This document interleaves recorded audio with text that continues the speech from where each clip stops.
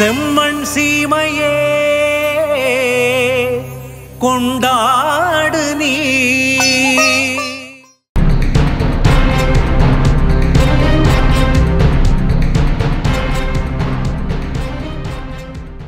இயேசுவின் அன்பை மறந்திடுவாயோ மறந்திடுவாயோ மனித பண்டிருந்தால் இயேசுவின் அன்பை மறந்திடாதிருக்க நீ சிலுவையிலே அவர் மறந்திடாதிருக்க நீ சிலுவையிலே அவர் மரித்து தொங்கிடும் காட்சி மனதில் நில்லாதோ.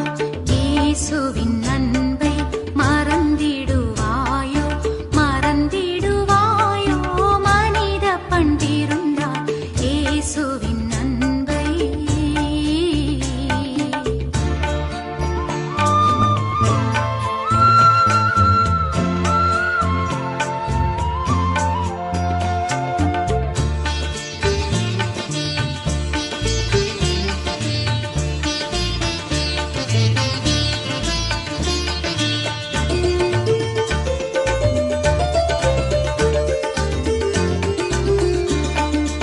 அளவில்லா அன்பு அதிசய அன்பு ஆழமகலம் நீளம் எல்லை காணா அன்பு களங்கமில்லா அன்பு கருணை சிறந்து களங்கமில்லா அன்பு கருணை சிறந்து கல்வாரி மலை கண்ணீர் சொல்லிடும் அன்பு. இயேசுவின் அன்பை மறந்திடுவாயோ மறந்திடுவாயோ மனித பண்டிருந்தால் இயேசுவின் அன்பை. அன்பு உள்ளங்களே, கும்பகோணம் மறை மாவட்டம் பெஸ்கி கலை தொடர்பகம் வழியாக உங்கள் அனைவரையும் நவகாலத்தின் 5ஆம் வெள்ளி இன்று சந்திப்பதிலே மிக்க மகிழ்ச்சி அடைகிறேன். இன்றைய நற்செய்தி வாசகத்தினுடைய மைய செய்தியாக இருப்பது, ஆண்டவர் இயேசு சொல்லுகிறார், நான் யார், நான் எங்கிருந்து வருகிறேன், என்னை அனுப்பியவர் எப்படிப்பட்டவர் என்கிற உண்மையை இன்று நமக்கு வெளிப்படுத்துகிறார். தந்தையாம் திருவுளத்தை நிறைவேற்றுவதையும் அவருடைய அன்பு நிறை போதனையை அறிவிக்கவும் மோசேயின் திருச்சட்டத்தை இந்த மண்ணிலே நிறைவேற்றவும் அழைக்கப்பட்டவர் நம் ஆண்டவர். அவரை அனுப்பியவர் உண்மை உள்ளவர். அப்பேற்பட்ட ஆண்டவரின் பாதையை அறிந்து அவரை அன்பு செய்து அவருடைய பாதையில் பயணிக்கின்ற போது தீமையை களைவோம், நன்மையை செய்வோம் என்கிற அற்புதமான கருத்தை இந்த நாளிலே நமக்கு எடுத்து சொல்ல தியானிக்க நமத்திலே வந்திருப்பவர் கும்பகோணம் மறை மாவட்டம் குடந்தை மறைவட்ட முதன்மை குரு பேரருள் திரு ஜி கோஸ்மான் ஆரோக்கியராஜ் அவர்களை அன்போடு அழைக்கின்றோம். அவருடைய சிந்தனைக்கு நாம் செவிமடுப்போம்.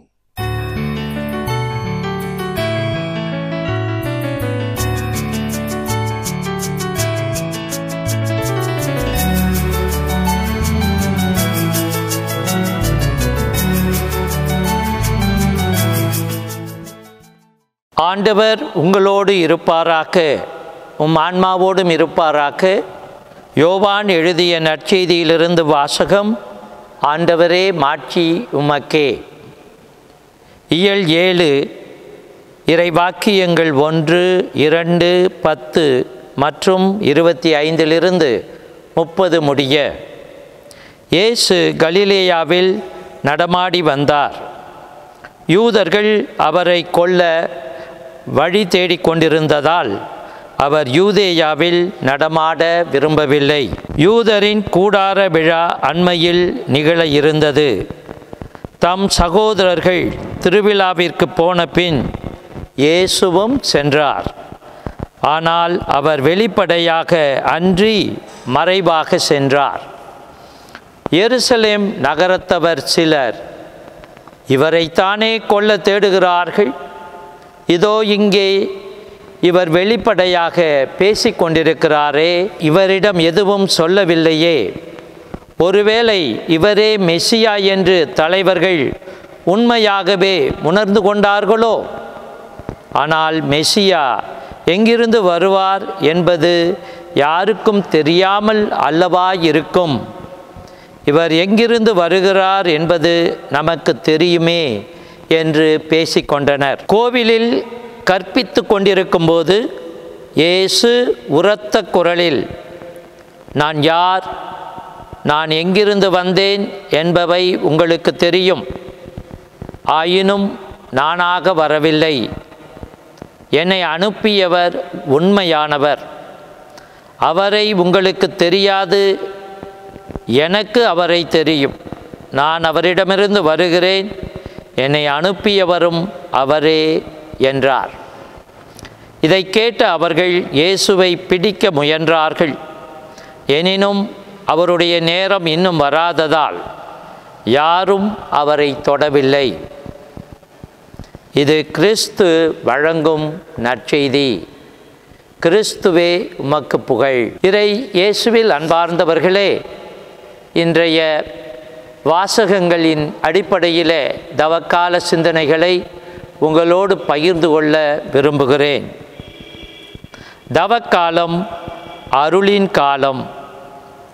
இறை அருள் உங்கள் உள்ளங்களிலும் இல்லங்களிலும் நிரம்ப ததும்ப வாழ்த்துகிறேன், மன்றாடுகிறேன். இன்றைய பதிலுரை பாடலிலே திருப்பாடல் 35:18 வாசித்து ஜெபிக்கின்றோம். உடைந்த உள்ளத்தாருக்கு அருகில் ஆண்டவர் இருக்கின்றார், நைந்த நெஞ்சத்தாரை அவர் காப்பாற்றுகின்றார். பிரியமானவர்களே, உடல் நோயால், உள்ள கவலைகளால், வறுமையால், அநீதிகளால் உடைந்த உள்ளத்தினராக நம்மில் இருக்கின்றோம். நம்மிடையே வாழ்கின்றார்கள். ஆண்டவர் நமது அருகில் இருக்கின்றார். அச்சம் வேண்டாம். பிரியமானவர்களே, முதல் வாசகம் சாலமோனின் ஞானம் 2வது இயலிலிருந்து எடுக்கப்பட்டது. இறை வழியில் பயணிப்போரின் வாழ்க்கை மற்றவர் வாழ்க்கையினின்று வேறுபட்டது.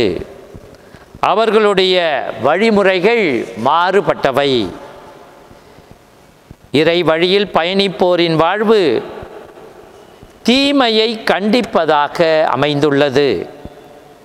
இறைவனின் பிள்ளைகளாக, ஊழியர்களாக வாழ்வதில் உள்ளது.